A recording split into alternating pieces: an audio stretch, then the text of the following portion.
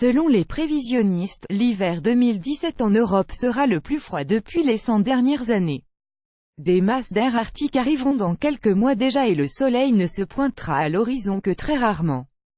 Quel est le niveau de probabilité de ces prévisions? Les spécialistes promettent de les vérifier dans les semaines à venir, lorsqu'ils posséderont de nouvelles données. Les spécialistes européens estiment que les habitants de l'ancien monde devraient d'ores et déjà faire provision de pulls et de vestes chaudes.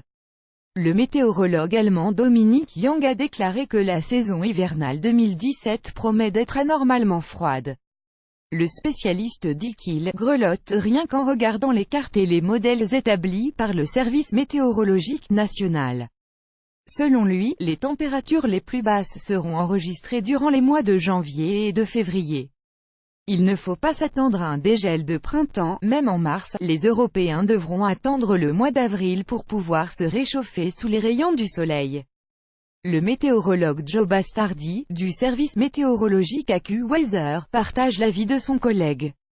Il pose également un diagnostic peu réjouissant en disant que « il va faire très froid ». Ses prévisions reposent sur le fait que le prochain hiver sera marqué par l'arrivée de masses d'air arctique qui se déplaceront au-dessus de l'Europe.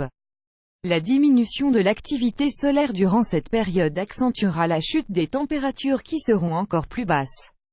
Elena Volosiuk, spécialiste du centre météorologique Phobos, note que le système solaire connaît aussi des changements de saison. Ce phénomène est lié tout d'abord à la perturbation de la circulation des masses d'air. Lorsque l'air souffle de l'océan Atlantique, l'hiver est alors assez doux et est marqué par des dégels récurrents et une neige mouillée. Rappelez-vous les derniers hivers, les dégels n'ont pratiquement jamais eu lieu, nous n'avons eu que des cyclones venant du sud, qui ont provoqué des chutes et des tempêtes de neige. Et puis, le froid arctique est arrivé. Habituellement, le changement des formes de circulation est lié à l'activité solaire.